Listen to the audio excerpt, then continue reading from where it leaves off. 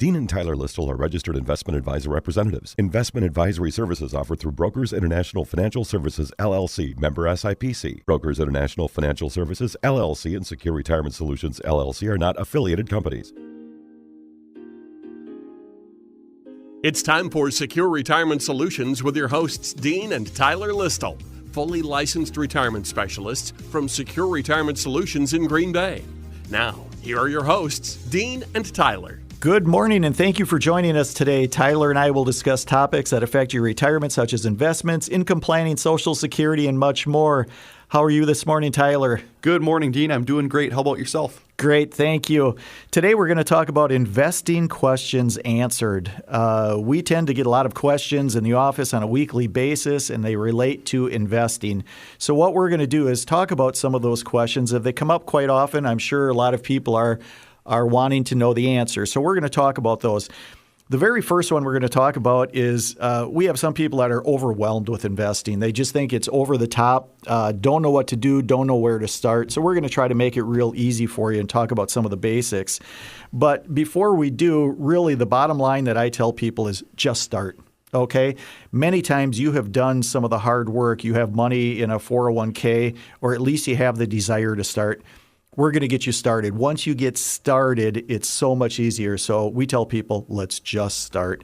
Regardless of your age, elderly, in your teens, in your 30s, 40s, and 50s, it's never too late. It's never too early. So Tyler, let's talk about some of the basics in answering, the complication and overwhelming feel with starting investments. Yeah. And when people come into our office and they say, it's seems complicated, overwhelming, how do they get started? It really comes down to a number of things, but we try and simplify it for them. And what we say first off is that first things first, you have to determine the goal of your investment. So, is it long-term or short-term? Is it retirement or for a new house? So first and foremost, you want to know, okay, what's the purpose of the money? Why are you investing this money in the first place? And then from that, there's a number of other things that you can determine, such as your risk tolerance, meaning are you more conservative, moderate, or aggressive as an investor? Your time horizon, so how long do you plan to hold the money for? And then also you need to know your liquidity needs, meaning if you were to invest it, do you have enough liquid assets on hand, like in your savings, if something should happen? Do you have emergency funds that you can use if you are to invest that money? So a number of those things will determine if you want to be more active and take a more hands-on approach, or be passive and kind of use a set it and forget it strategy, as we call it. And with that, some things to keep in mind is that if you're quite a few years away from retirement, for example, if you're in your 20s, your 30s, 40s, maybe even early 50s, you might be better off choosing more of a passive strategy, meaning you invest in an aggressive portfolio and just kind of let it ride for a number of years until you get closer to retirement. Then at that point, you want to be more hands-on and utilize an actively risk-managed portfolio, as we call it, where you have an advisor that's looking over the account and that's making moves based on the market. So that might be better suited for you once you do get into retirement. Most retirees do like that hands-on approach. One other thing, too, keep in mind that the shorter the time frame, the more conservative you should probably be. And we have a number of clients that say, I have some money, but I might want to use it for a plot of land in 2 years, or maybe a new house in a year, or I might just want to take it out in a year or two. What should I invest in? What stocks, mutual funds, ETFs? And I tell people, honestly, I'd be really hesitant if you were to use money within a couple years and you want to put it into the stock market. Now, a portion of it, or a little bit that you can afford to take some losses with, could be fine. But typically, if you're going to invest for less than a couple years, you're probably better off in savings or a CD right now, just because if you go into the market, it does come with risk. And not a lot of people would like to see their money go down when they're planning on using it in a year or two. That's right. And there's a couple things to add there too, Tyler, is a lot of people think investment accounts are only used for retirement. Now, granted, we like to see people prepare for retirement. The name of our company is Secure Retirement Solutions. So we're looking at creating retirement plans for those people planning on retirement. However, we have a number of clients who we get them started with investment portfolios that they do want to use maybe for a house. So what we tell them to do, if they're saving for a house, what you want to do is put a certain portion into a cash position or something safe. Mm-hmm. The old saying, you want to have a fixed investment for a fixed expense. Well, a house, a mortgage is going to be fixed. However, you do also stand the chance of getting substantially better gains. Yes, you're going to take risk for potential loss too, but we recommend you put some of it into cash, save that money. Also create an investment account with maybe some large blue chip stocks or something like that, and jointly keep that money to invest over the years for your house, not something that you're going to purchase next year. The other thing too is one of the mistakes when it comes to getting started is as people start to get older, they typically look at the extremes when it comes to their risk. We will see people who might not feel that they have enough money, and they tend to get awfully risky going into retirement, thinking that it's their last hurrah, their last opportunity to catch as much of a gain as they possibly can, especially when the market is going real well like it is now. You'll have people risking money that they wouldn't risk at other times. That's dangerous, okay? On the flip side is the other extreme where people feel that they've accumulated enough, now they just don't want to lose it. We feel the same way. We don't want you to lose that money, but you also have to take some calculated risk to get a better rate of return so inflation doesn't eat up that retirement fund in 3, 4, or 5 years. So you still want to be conservative in that as you get older, you want to keep the money you've accumulated, but you still need to get a better rate of return than what inflation might have a play on it. Okay, the next thing when we talk to people about investments and some of the questions they have is risk tolerance and how important is that? And everybody that invests with us, what we do is we take them through a risk questionnaire. I mean, it's mandatory. You have to go through that. And in a way, it's sort of enlightening because we'll ask certain people as they come in and become clients of ours, what do you think your risk tolerance is? And they will say, well, I'm moderate or aggressive or conservative. And I said, okay, well, let's find out. So we'll give them a risk questionnaire. And many times they do not grade out at all what they thought they would.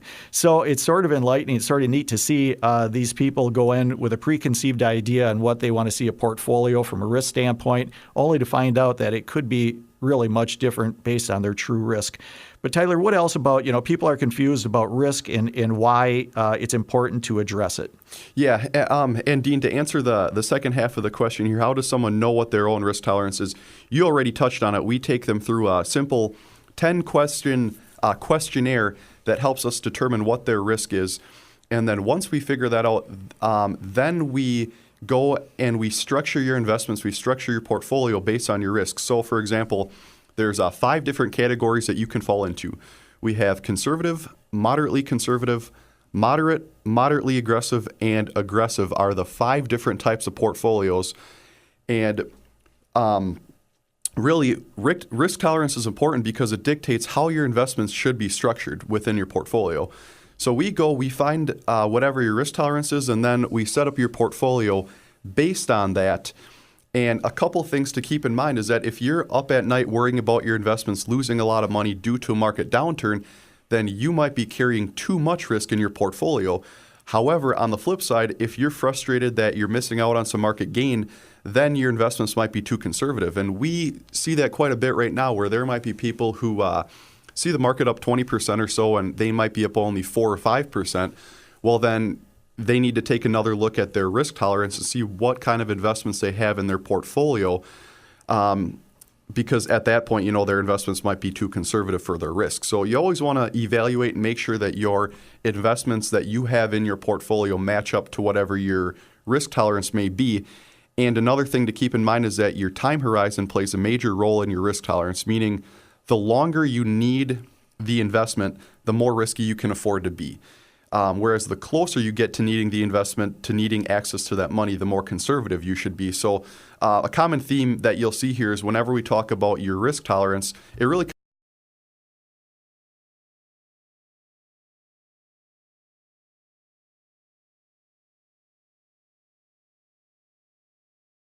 up if the market has a downturn, you have a lot of time on your side where you can recover and afford to be a little bit more risky. So really, risk tolerance, it dictates how your investments should be structured, and we have a questionnaire that can determine what your own risk tolerance is.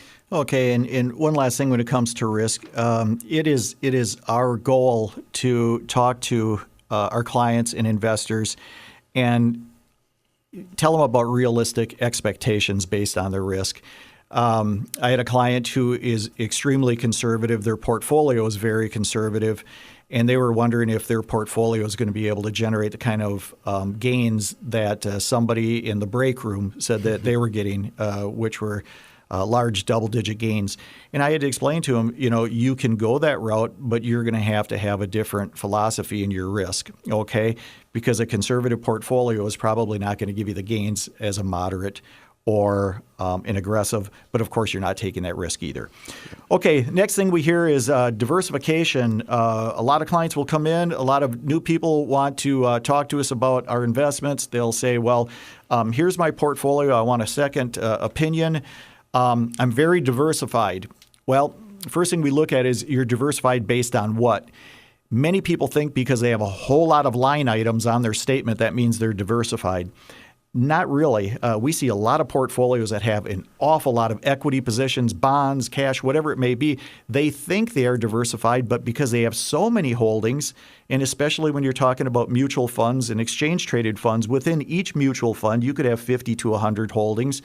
In every exchange-traded fund, you could have 50 to 100 holdings. So if you're holding on to 25 or 50 ETFs and mutual funds in a portfolio, you have so much overlap that you made full circle and you actually have no diversification anymore.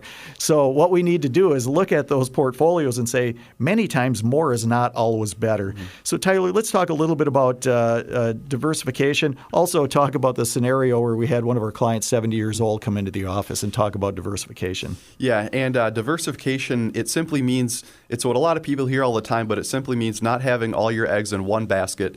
And by spreading your investments among different types of assets, asset classes, and sectors, it really helps manage your investment risk. And what I mean by that is you do want to have different, without the overlap, you want to have different stocks, bonds, mutual funds, ETFs, and spread them among large cap, small cap, mid cap, international, and then also sectors. For example, telecommunications, consumer staples, technology.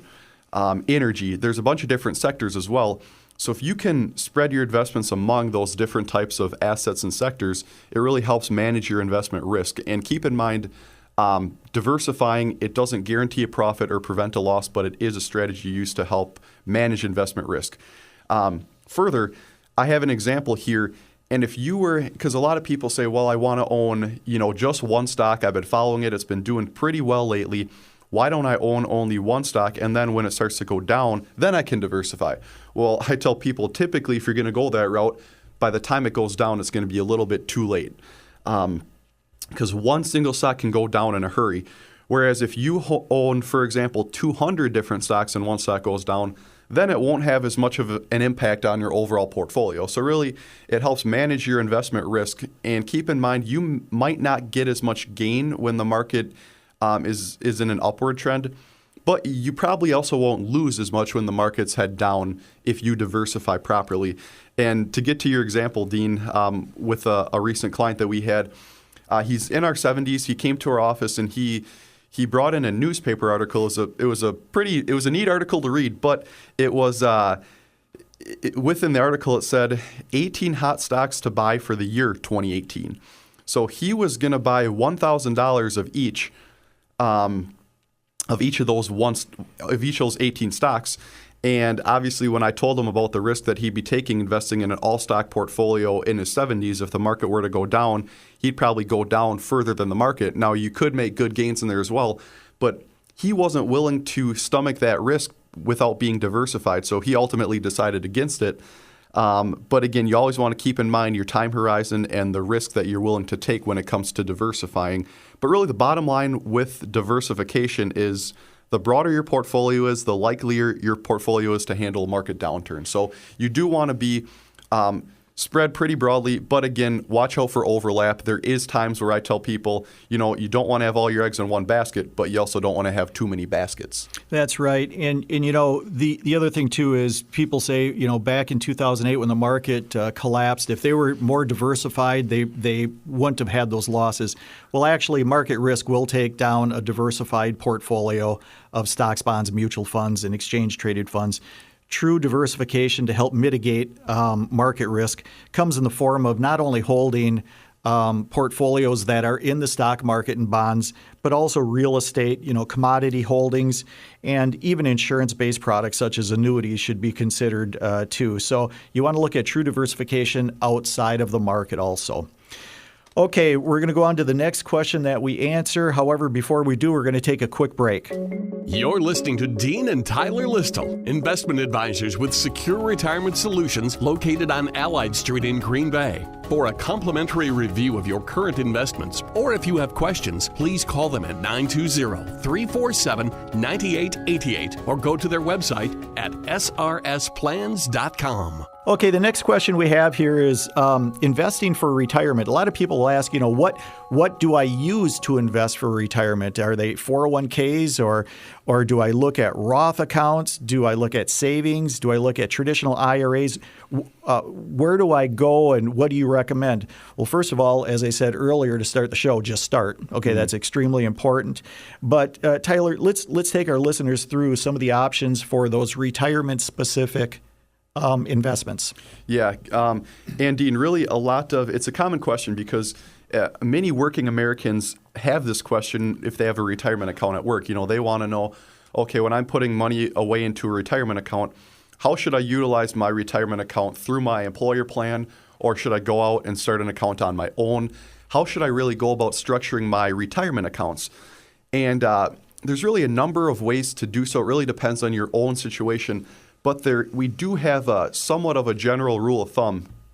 And with that said, the first place, for example, if you have a 401k, the first place you should contribute is your 401k. If you have a match, you want to go at the very least up to that match. So, for example, your employer might offer a 5% match. So your first 5% of salary should be contributed within your company plan because they're going to match that 5%, and it's free money.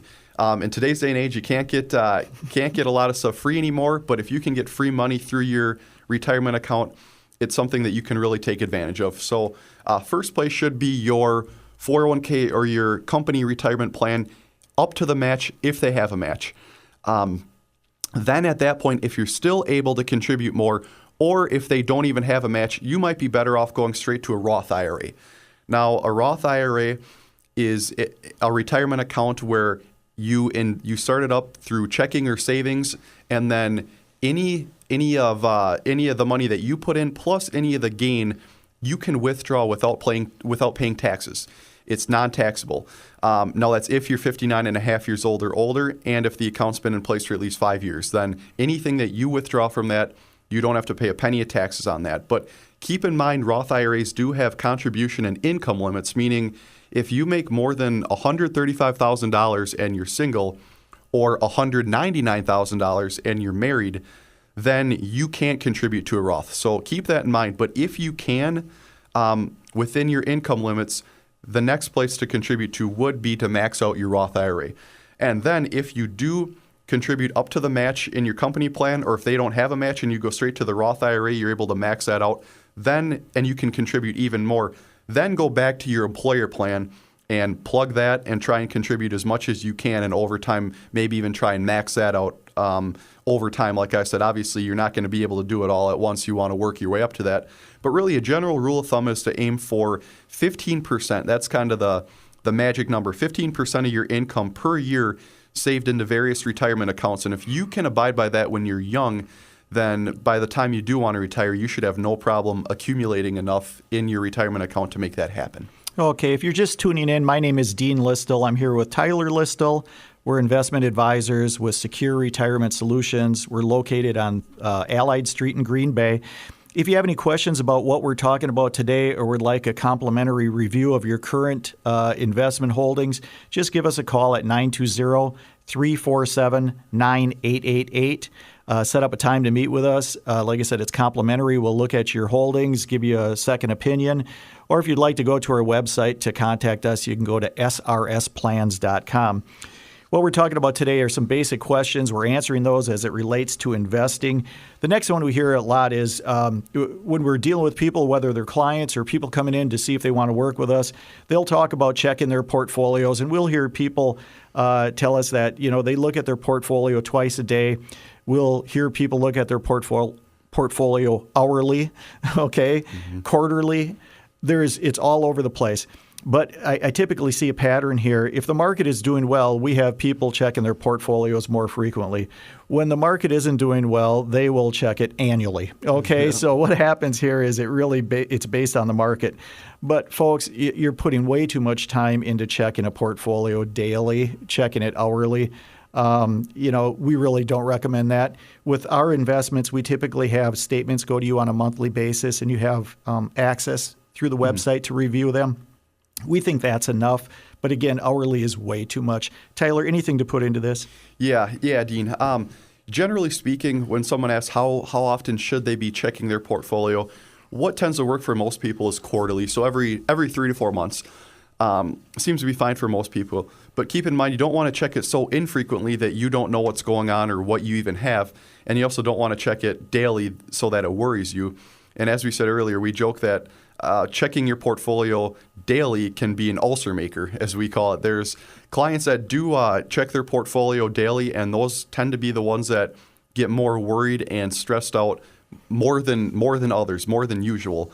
And another thing that can lead to, if you do check your portfolio too often, for example, daily or even weekly, sometimes even monthly, it causes people to make a lot of knee-jerk reactions, as I call them, where if they check their portfolio every time they hear that the stock market dropped or that it hit a new record high, they're going to be making different types of knee-jerk reactions. Maybe they want to buy when the market's high because they see it doing so well, or maybe they want to sell off when they hear that it dropped because they can't stomach it. They don't want to be in it any longer. So if you do check it that often and you're making knee-jerk reactions like that, probably want to hold off and try and go back to, work your way to monthly and then quarterly every 3 to 4 months and maybe even less frequently than that if you do have a hard time and it stresses you out, it worries you. And then again, one other thing too is that the only exception that in terms of checking it more than quarterly, I would tell people if they want maybe monthly, they can look at their transaction history just to make sure that there's no withdrawals that are unaccounted for or any type of fraud or theft that's going on. And I know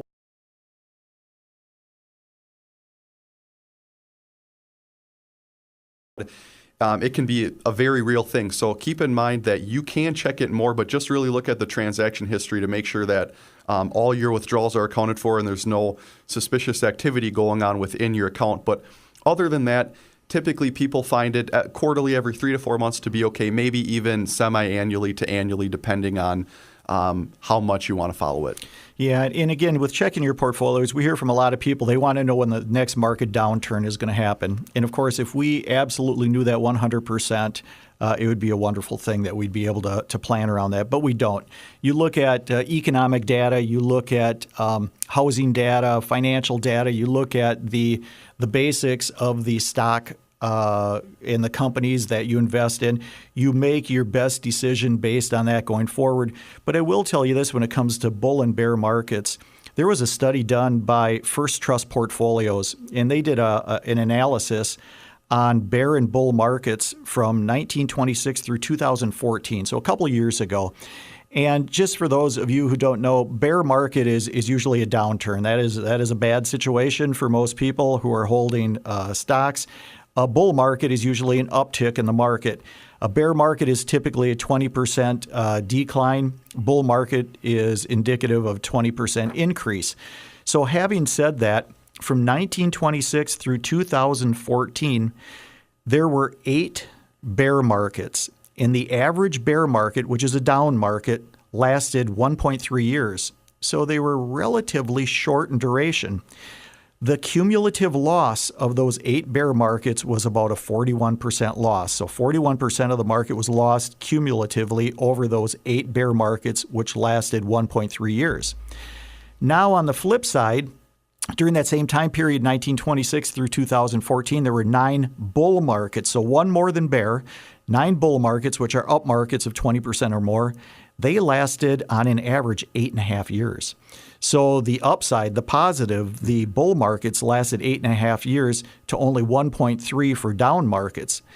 Also, those bull markets that lasted an average of 8.5 years during that time period resulted in accumulation of 470% gain. So you have 470% gain during those bull markets versus a cumulative loss of 41% during the bear markets. So where I'm going with this, folks, is unless you are right towards the end of your working career where we need to capture everything and then risk manage it a little bit differently, some of those bull markets and bear markets, people worry about, I think, more than they really need to. They are going to happen, both of them. Bears and bulls will happen. The best thing you can do is, A, have a plan. Okay, are you building cash when the market is good so you can buy when the market goes down? That is one thing you want to do.